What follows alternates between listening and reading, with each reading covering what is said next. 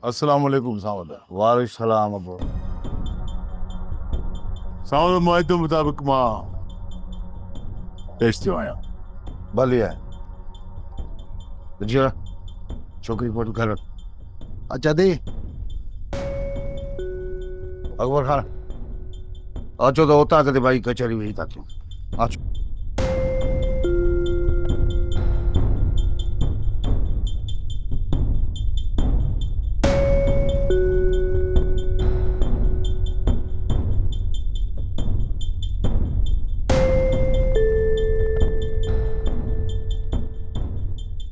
सावलो में ॿुधो आहे त तव्हां चाकर खान खे चंग मुड़सी तां हटाए छॾियो आहे।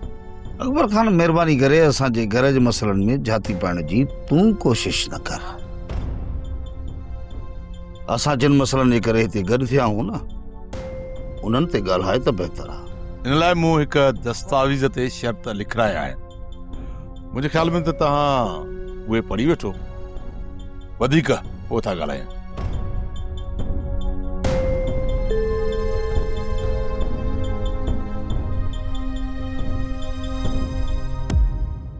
सावल खान शर्तन के थोड़ो वडे आवाज में पढ़ो जीअं संगत के खबर पए त अकबर खान केड़ा शर्त खणी आयो आहे। शर्त कुछ सख्त आहिनि पर अमन खे बहाल करण जे लाइ अहिड़नि शर्तनि जी ज़रूरत पवंदी आहे। जेकॾहिं सख़्त शर्त न हूंदा न पोइ हर कोई उन जी भंजकड़ी करे वेही रहंदो। अकबर खान जे दुश्मननि में असां ॾाढो लोड़ियो आहे।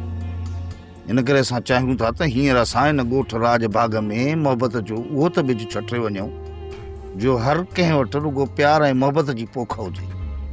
उन लाइ केतिरा बि सख़्त सवाल छो न हुजनि या शर्तूं छो न हुजनि असांखे क़बूल। उहो इन लाइ त अकबर खान असां कंहिं बि सूरत में का बि अघ भराई नथा करणु चाहियूं। सब्सक्राइब कयो असांजो official YouTube channel Sindh TV HD drama ऐं वधीक अपडेट लाइ बेल आइकन खे क्लिक करियो।